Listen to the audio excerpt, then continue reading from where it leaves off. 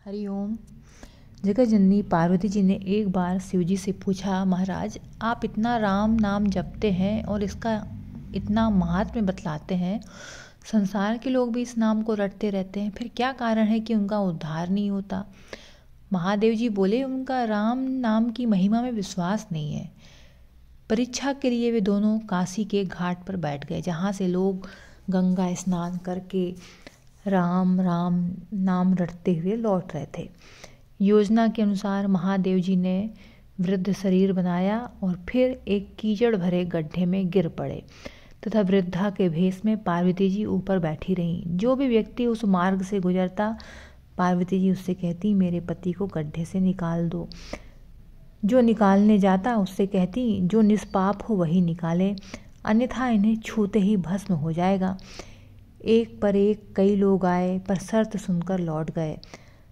शाम होने को आई, पर ऐसा कोई भी निष्पाप व्यक्ति ना मिला। अंततः गोधूली की बेला में गंगा स्नान करके एक व्यक्ति आया और राम नाम रटता हुआ वहाँ पहुँचा। माँ पार्वती ने उससे भी वही बात कही। वह निकालने के लिए बढ़ा तो पार्वती जी ने एक बार फिर दोहराया, निष्पाप व्यक्ति होना चाहिए, अन्यथा भस्म हो जाएगा। इस पर वो बोला, मैं गंगा स्नान कर चुका हूँ और राम नाम ले रहा हूँ, फिर भी पाप लगा ही है। पाप तो एक बार के नाम स्मरण से छूट जाता है, मैं सर्वथा निष्पाप हूँ। कहकर वो गड्ढे में कूद पड़ा और बूढ़े बाबा को निकाल लाया। गौरी शंकर अब उससे कैसे छिपे रहते। वह दर्शन पाकर कृतार्थ हो गया। और एक हम सब है जो गंगा स्नान करते हैं, राम नाम लेते हैं, परंतु अपने को सर्वथा निष्पाप नहीं मानते।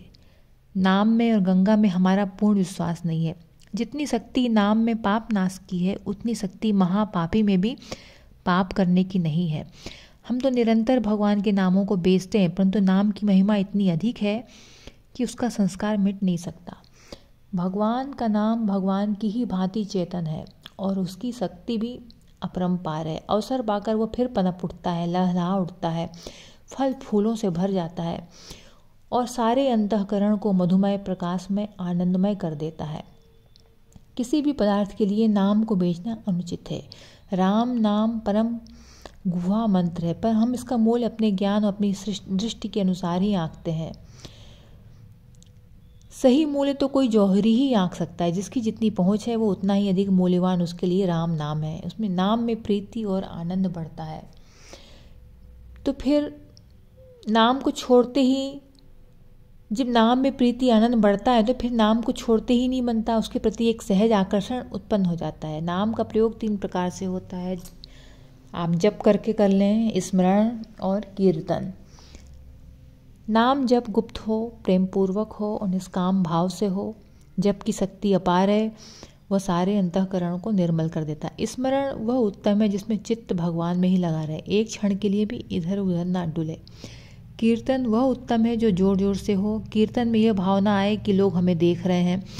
वो तो प्रभु के प्रेम से पूर्ण होता है और वहाँ प्रभु के अतिरिक्त कोई रहता ही नहीं है।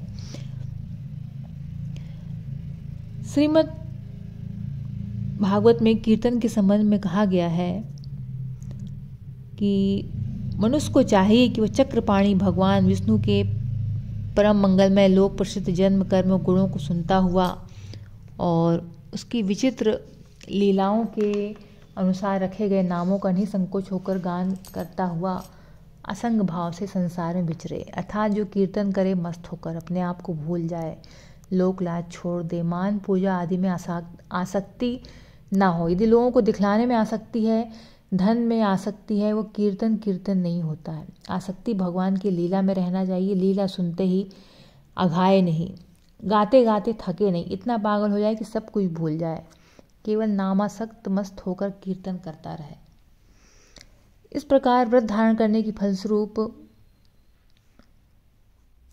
तो भगवान ही